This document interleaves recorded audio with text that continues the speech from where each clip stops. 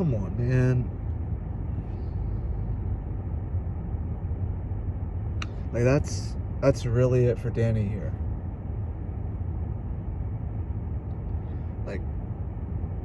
Like, I know in my other videos, I kind of already alluded to this, and I kind of figured this was going to happen. I think most of us did, but I'm sorry, man. If you're somebody who's watched this team for a long time and you genuinely root for our teams, our players, our guys that we draft, sign, develop, whatever, if you genuinely root for those guys to succeed, man, this has got to break your heart. It just has to.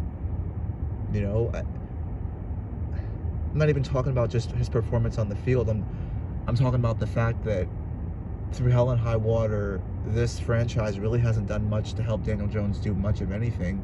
You know, obviously, save for this year, it's been on him.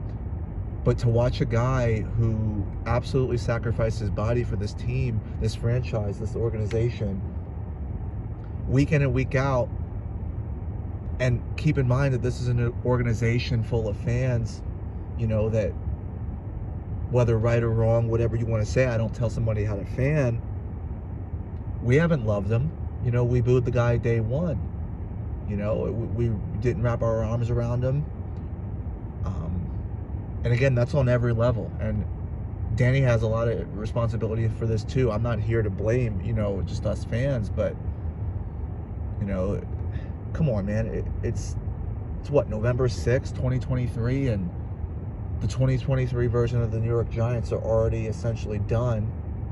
You know, not essentially. Our season's done. Quarterback's done. Our backup quarterback's on IR. And I know this is a Danny video, but Darren Waller's on IR. Andrew Thomas might as well have been on IR at the beginning of the year. Evan Neal might as well be on IR because he can't stay healthy, nor can he block. You know, it seems like every year this team finds a new way to find a new low in the injury department. Obviously on the field they do, but I swear, man, 2017 Odell gets hurt against the Chargers. And I thought it couldn't get any worse as far as injury.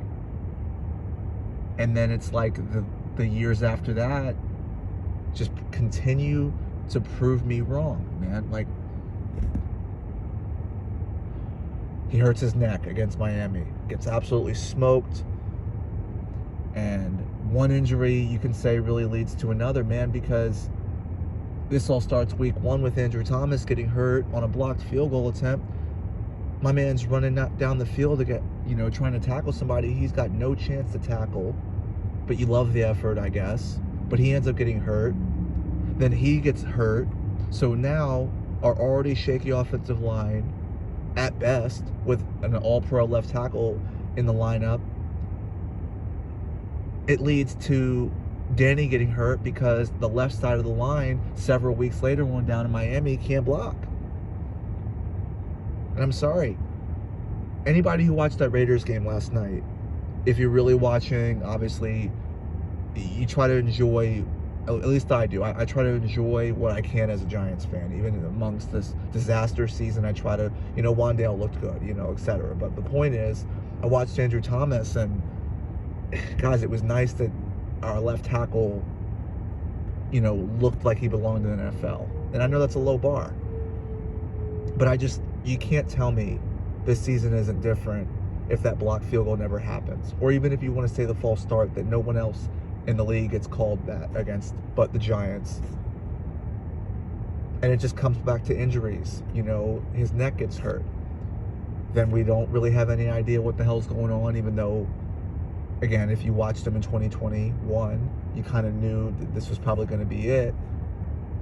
And then, miraculously, after a disaster Jet game in which Tommy DeVito couldn't throw a forward pass, essentially, and our defense was incredible, he rushes back.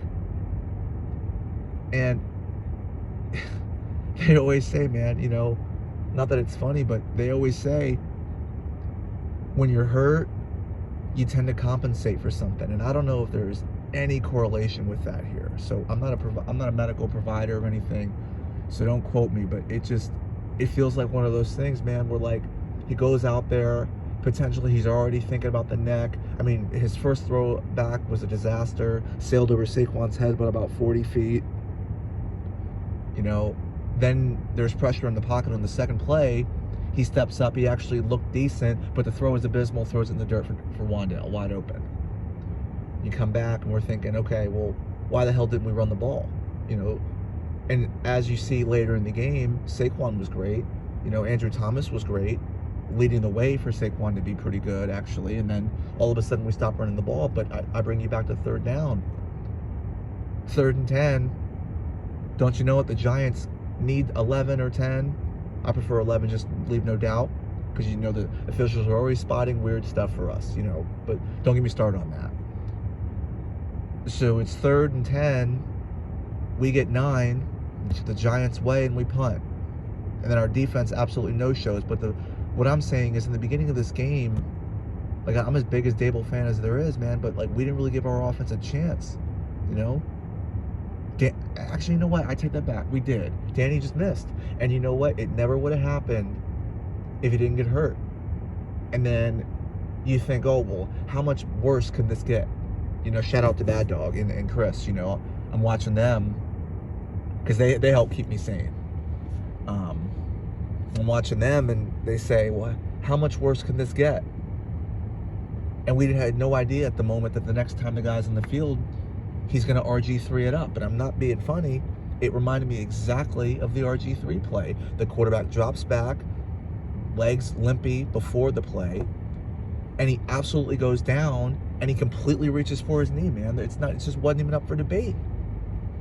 And if you've watched football enough, obviously the RG3 injury was 10 years ago, but if you watch football enough, man, you know when someone's going down on a knee injury. And that's exactly what the fuck happened. And not only did he go down, but so did the Giants' season, and his career as a Giant is over.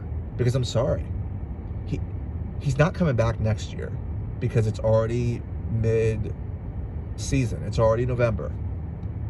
So he's done until next year.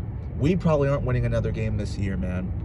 And I haven't really watched Caleb Williams or Michael Penix, an LSU fan, so I watch Jaden Daniels play. I think he could be great for us, but I don't know what these quarterbacks are. I hear they're excellent, but man,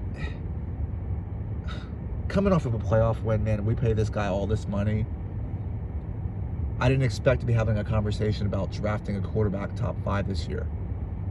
My expectation was playoffs, but what the hell do I know? I guess I'm just an emotional fan, you know?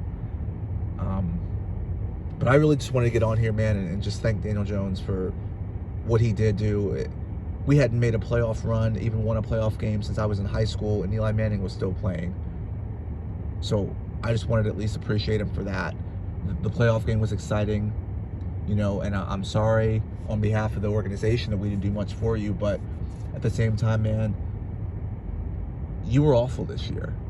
But let me not get there, you know. Danny, I appreciate you. Whatever team you go on to, assuming you continue to play in the NFL, of course, outside of the division, I'll be sure to root you on, man. But like, as far as the Giants, bud, I'm sorry, you're done.